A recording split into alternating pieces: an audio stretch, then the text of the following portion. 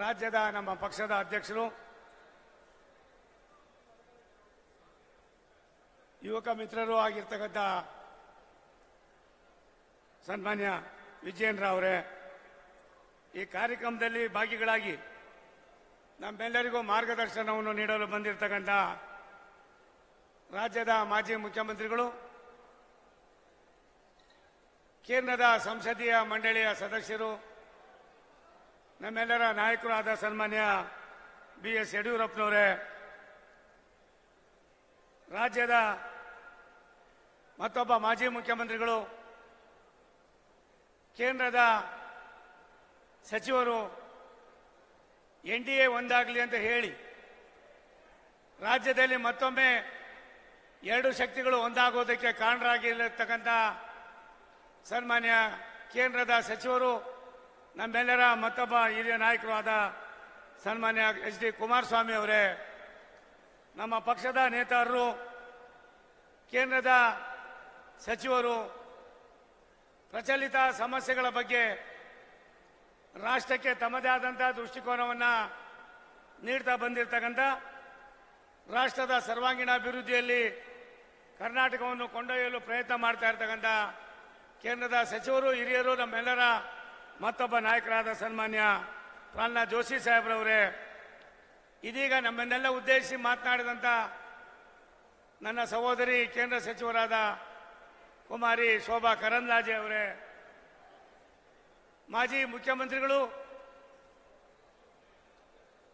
ಹಿರಿಯರು ಆಗಿರ್ತಕ್ಕಂಥ ಸನ್ಮಾನ್ಯ ಸದಾನಂದ ಗೌಡ್ರವರೇ, ಮತ್ತೊಬ್ಬ ಮಾಜಿ ಮುಖ್ಯಮಂತ್ರಿಗಳು,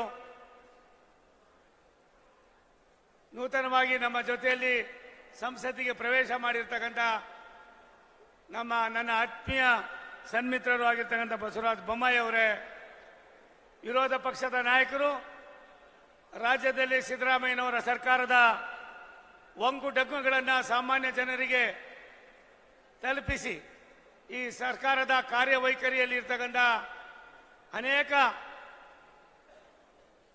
ಸಮಸ್ಯೆಗಳನ್ನು ಪರಿಹಾರದೆ ಮಾಡದೇ ಇರತಕ್ಕಂಥ ಈ ಸರ್ಕಾರವನ್ನು ಕಿವಿ ಹಿಂಡ್ತಾ ಇರ್ತಕ್ಕಂಥ ನನ್ನ ಸನ್ಮಿತ್ರರಾಗಿರ್ತಕ್ಕಂಥ ಆರ್ ಅಶೋಕ್ ರವರೇ, ಈ ಒಂದು ಕಾರ್ಯಕ್ರಮದಲ್ಲಿ ಕೇಂದ್ರದಿಂದ ನಮ್ಮ ಜೊತೆಯಲ್ಲಿ ಆಗಮಿಸಿರ್ತಕ್ಕಂಥ ಸನ್ಮಾನ್ಯ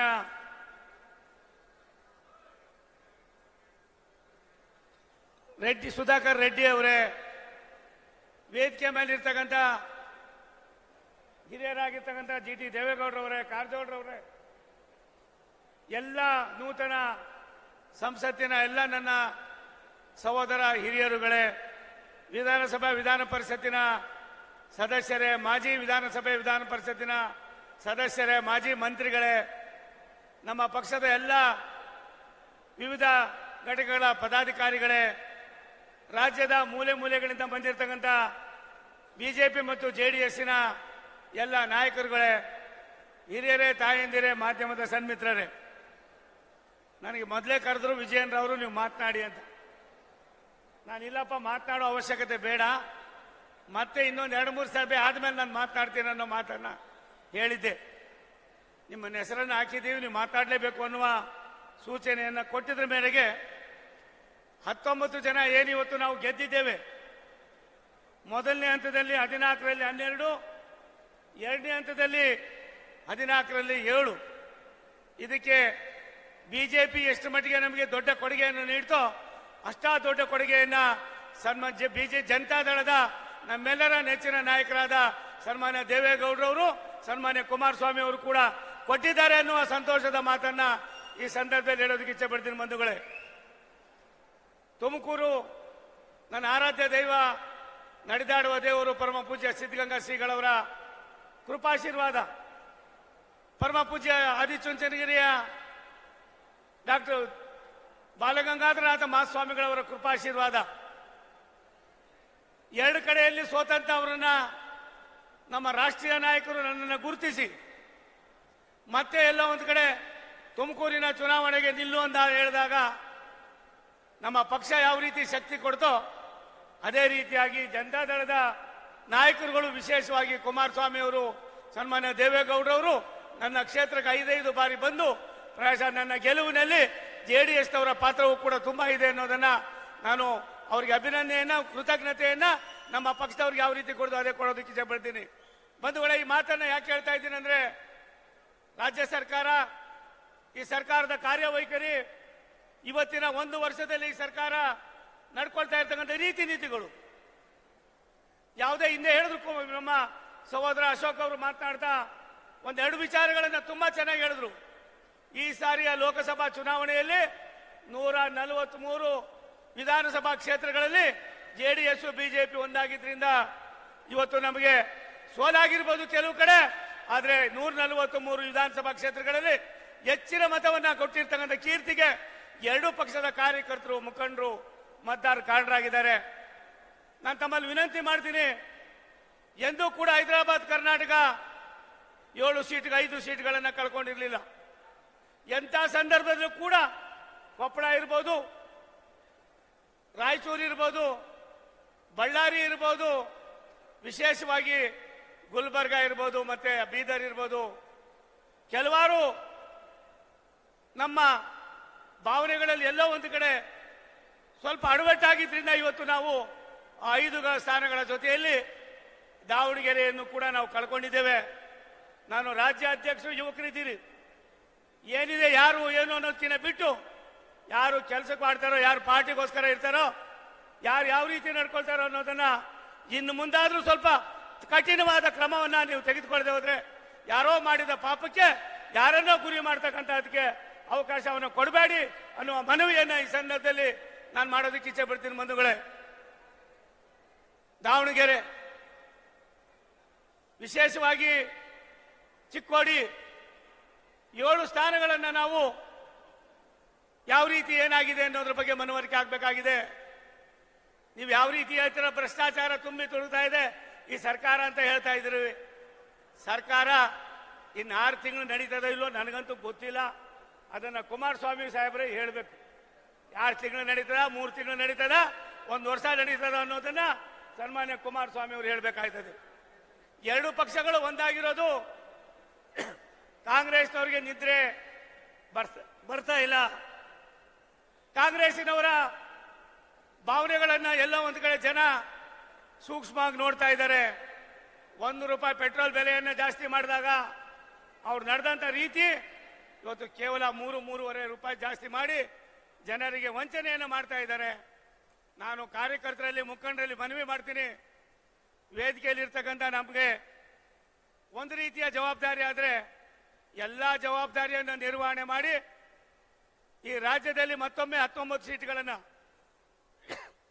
17 1 2 19 ಸೀಟ್ಗಳನ್ನ ಏನು 15 ಸೀಟ್ಗಳು ಬರ್ತವೆ ಅನ್ನುವ ಜಂಬದ ಮಾತನ್ನ ಆಡ್ತಾ ಇದ್ರು. ಅದಕ್ಕೆ ತಿಲಾಂಜಲಿಯನ್ನು ನೀಡಿದ್ದೀರಿ.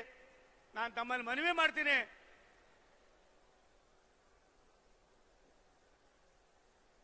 ತುಮಕೂರು ಲೋಕಸಭಾ ಕ್ಷೇತ್ರ ಒಂದು ಕಡೆ ಬುದ್ಧಿಜೀವಿಗಳ, ಮತ್ತೊಂದು ಕಡೆ ಬಡವರು, ಕಡು ಬಡವರು, ಅನೇಕ ಅಭಿವೃದ್ಧಿಯ ವಂಚಿತರಾಗಿರ್ತಕ್ಕಂಥ ಆ ಕ್ಷೇತ್ರದ ಜನ ಸೋಮಣ್ಣ ಸೋಲ್ತಾನೆ ಅಂತ ಹೇಳ್ತಾನೆ ಇದ್ರು. ಆದ್ರೆ ಸೋಮಣ್ಣನ ಗೆಲ್ಲಿಸಿದಂತ ಕೀರ್ತಿ ಜನತಾದಳ ಮತ್ತು ಬಿಜೆಪಿಯ ಮುಖಂಡರಿಗೆ, ಕಾರ್ಯಕರ್ತರಿಗೆ, ನಿಮಗೆ ತಲುಪ್ತದೆ ಅನ್ನೋ ಮಾತನ್ನು ಮತ್ತೊಮ್ಮೆ ಈ ಸಂದರ್ಭದಲ್ಲಿ ಹೇಳಿ, ನನಗೆ ಜಲಶಕ್ತಿ ಮತ್ತು ರೈಲ್ವೆ ಖಾತೆಯ ರಾಜ್ಯ ಸಚಿವನಾಗಿ ಮಾಡಿದ್ದಾರೆ. ಕರ್ನಾಟಕ ಸರ್ಕಾರ ಇರ್ಬೋದು, ಕೇಂದ್ರ ಸರ್ಕಾರದ ಕಾರ್ಯವೈಖರಿಯನ್ನ ನಾನು ಮೊನ್ನೆ ತಾನೇ ಹೇಳಿದ್ದೇನೆ.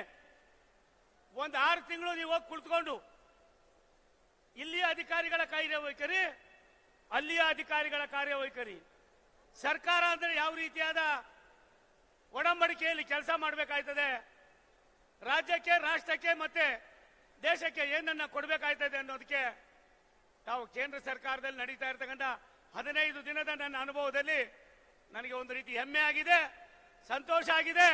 ರಾಷ್ಟ್ರದ ನಮ್ಮೆಲ್ಲರ ನೆಚ್ಚಿನ ಪ್ರಧಾನಮಂತ್ರಿ ನರೇಂದ್ರ ಮೋದಿ ಅವರ 3ನೇ ಬಾರಿಗೆ ಪ್ರಧಾನಿ ಆಗಿರ್ತಕ್ಕಂಥದ್ದು ಈ ದೇಶವನ್ನ ರಾಷ್ಟ್ರದಲ್ಲಿ 2ನೇ ಸ್ಥಾನಕ್ಕೆ ಕೊಂಡೊಯ್ಯೋದಕ್ಕೆ ಇನ್ನು ಕೇವಲ 2 ವರ್ಷದಲ್ಲಿ ಭಾರತ ದೇಶ 5ನೇ ಸ್ಥಾನದಿಂದ 3ನೇ ಸ್ಥಾನಕ್ಕೆ ಬರ್ತದೆ. ಜಲಶಕ್ತಿ ಮತ್ತು ರೈಲ್ವೆ ಮಂತ್ರಿಯಾಗಿ ನಮ್ಮ ಮಂತ್ರಿಗಳಾದ ಸನ್ಮಾನ್ಯ ಅಶ್ವಿನಿ ವೈಷ್ಣವ್ ಅವರು ಹೇಳ್ತಾರೆ, ಕರ್ನಾಟಕ ರಾಜ್ಯದಲ್ಲಿ ದೇಶದ ವಿವಿಧ ಭಾಗಗಳಲ್ಲಿ 1100ಕ್ಕೂ ಮೇಲ್ಪಟ್ಟು ಲೆವೆಲ್ ಕ್ರಾಸಿಂಗ್ ನಿಂದ ಸಾವಿರಾರು ಜನ ಸಾಯ್ತಾ ಇದ್ದಾರೆ. ಕೇವಲ 2 ರಿಂದ 3 ವರ್ಷದಲ್ಲಿ ಆ ಎಲ್ಲವನ್ನು ಕೂಡ ನಾವೆಲ್ಲ ಒಂದ್ ಕಡೆ ಒಂದೇ ಒಂದು ಲೆವೆಲ್ ಕ್ರಾಸಿಂಗು ಕೂಡ ಅಂಡರ್ ಪಾಸ್ ಆಗ್ಬೋದು, ಇಲ್ಲ ಓವರ್ ಬ್ರಿಡ್ಜ್ ಆಗ್ಬೋದು. ಇದನ್ನ ಮಾಡ್ತಕ್ಕಂಥ ಅದಕ್ಕೆ ಕ್ರಮವನ್ನು ವಹಿಸಬೇಕು ಅನ್ನುವ ಸೂಚನೆಯನ್ನ ಸರ್ಕಾರಕ್ಕೆ ಈಗಾಗಲೇ ಅಧಿಕಾರಿಗಳು ಕೊಟ್ಟಿದ್ದಾರೆ. ಒಂದು ಸತ್ಯ, ಬೆಂಗಳೂರು ನಾಡಪ್ರಭು ಕೆಂಪೇಗೌಡರ ಬೆಂಗಳೂರು ಕಾರ್ಪೊರೇಷನ್ ಚುನಾವಣೆ ಆಯ್ತದೆ ಅಂತ ಯಾರು ಹೇಳ್ತಾ ಇದ್ರು. ನಮ್ಮ ಪ್ರಾಣ ಈ ಸರ್ಕಾರ ಇರೋ ತನಕ ಕಾರ್ಪೊರೇಷನ್ ಚುನಾವಣೆ ಆಗೋದಿಲ್ಲ. ಜಿಲ್ಲಾ ಪಂಚಾಯಿತಿ, ತಾಲೂಕ್ ಪಂಚಾಯಿತಿ ಬರ್ತಾ ಇದೆ. ನಾವು ಹೆಚ್ಚಿನ ಆಸಕ್ತಿಯನ್ನು ಹಾಕಿ ಎರಡೂ ಪಕ್ಷಗಳು ಕೂಡ ಯಾರನ್ನ ಅಭ್ಯರ್ಥಿ ಮಾಡ್ತಾರೆ ಅದು ಪಕ್ಷಕ್ಕೆ, ಪಕ್ಷದ ವರಿಷ್ಠಗಳಿಗೆ, ಎರಡು ಪಕ್ಷದವ್ರಿಗೆ ಬಿಟ್ಟಿದ್ದು. ನಾವು ಕಾಯ ವಾಚ ಮಾನಸ ಕೆಲಸವನ್ನ ಮಾಡಿದ್ದೆ ಆದ್ರೆ ಕಾಂಗ್ರೆಸ್ನವರು ಎಲ್ಲ ಒಂದ್ ಕಡೆ ಅಧಿಕಾರವನ್ನ ನಾವೇನೋ ಅವ್ರಿಗೆ ಗಲಾಟೆ ಮಾಡಿ ಕಿತ್ಕೋಬೇಕಾಗಿಲ್ಲ, ಅವರೇ ಅಧಿಕಾರವನ್ನ ಬಿಟ್ಟು ಹೋಗ್ತಕ್ಕಂಥ ಸಂದರ್ಭವನ್ನ ಸೃಷ್ಟಿಯಾಗ್ತದೆ ಅನ್ನೋ ಮಾತನ್ನ ಈ ಸಂದರ್ಭದಲ್ಲಿ ಹೇಳಿ, ಬಿಜೆಪಿ ಮತ್ತು ಜನತಾದಳ ಒಂದಾಗಿದೆ. ಸುಮಾರು ವರ್ಷದ ಬಹುದಿನದ ಕನಸು ಇವತ್ತು ನೆನಸಾಗಿದೆ. ಮತ್ತೊಮ್ಮೆ ಎಲ್ಲ ಒಂದ್ ಕಡೆ ಸಣ್ಣ ಪುಟ್ಟದನ್ನ ಮರೆತು ದೇಶಕ್ಕೋಸ್ಕರವಾಗಿ, ರಾಜ್ಯದ ಹಿತಕ್ಕೋಸ್ಕರವಾಗಿ, ರಾಷ್ಟ್ರದ ನಮ್ಮೆಲ್ಲರ ನೆಚ್ಚಿನ ಪ್ರಧಾನಿಗಳಾದ ಸನ್ಮಾನ್ಯ ನರೇಂದ್ರ ಮೋದಿ ಅವರ, ಸನ್ಮಾನ್ಯ ಅಮಿತ್ ಶಾಜಿ ಅವರ, ನಮ್ಮೆಲ್ಲರ ನಾಯಕರುಗಳಿಗೂ ಕೂಡ ಒಂದು ರೀತಿ ಸಂತೋಷವನ್ನ ಕರ್ನಾಟಕದ ಮಹಾಜನತೆ ನಾವೆಲ್ಲರೂ ಕೂಡ ಒಟ್ಟಾಗಿ ಸೇರಿ ಕೊಡಬೇಕಾಗಿದೆ. ಆ ನಿಟ್ಟಿನಲ್ಲಿ ನಾವೆಲ್ಲರೂ ಕೂಡ ಕಾರ್ಯೋನ್ಮುಖರಾಗೋಣ ಅನ್ನೋ ಮಾತನ್ನು ಹೇಳಿ, ಸನ್ಮಾನ್ಯ ಅಧ್ಯಕ್ಷರು ಇವತ್ತು ಒಂದು ಒಳ್ಳೆಯ ಕೆಲಸವನ್ನು ಮಾಡಿದ್ದೀರಿ. ನಮ್ಮನ್ನೆಲ್ಲ ಕರೆಸಿ ರಾಜ್ಯದ ಜನತೆ ಪರವಾಗಿ, ನಮ್ಮ ಮತದಾರರ ಪರವಾಗಿ ತಾವು ಗೌರವಿಸಿರ್ತಕ್ಕಂಥದ್ದು ನಾನು ನಿಮಗೆ ನನ್ನ ತುಮಕೂರು ಮಹಾಜನತೆಯ ಪರವಾಗಿ, ನನ್ನ ವೈಯಕ್ತಿಕವಾಗಿ ತಮಗೂ ಕೂಡ ಕೃತಜ್ಞತೆಯನ್ನು ಸಲ್ಲಿಸಿ, ಇದೀಗ ತಾನೇ ಮಾಜಿ ಮುಖ್ಯಮಂತ್ರಿಗಳಾದ ಜಗದೀಶ್ ಶೆಟ್ಟರ್ ಸಾಹೇಬರು ಬಂದಿದ್ದಾರೆ. ನಾನೇ ಅವ್ರಿಗೆ ಸ್ವಾಗತವನ್ನು ಕೋರಿ ಮತ್ತೊಮ್ಮೆ ವೇದಿಕೆಯಲ್ಲಿರ್ತಕ್ಕಂಥ ನಿಮ್ಮೆಲ್ಲರಿಗೂ ನನ್ನ ಅಭಿನಂದನೆ ಸಲ್ಲಿಸಿ ನನ್ನ ಮಾತು ಮುಗಿಸ್ತೀನಿ. ಭಾರತ್ ಮಾತಾ ಕಿ. ಈಗ ನಮ್ಮೆಲ್ಲರನ್ನ ಉದ್ದೇಶಿಸಿ ಕರ್ನಾಟಕ ಕಂಡ ಧೀಮಂತ ನಾಯಕ, ರೈತ ನಾಯಕ, ದಣಿವ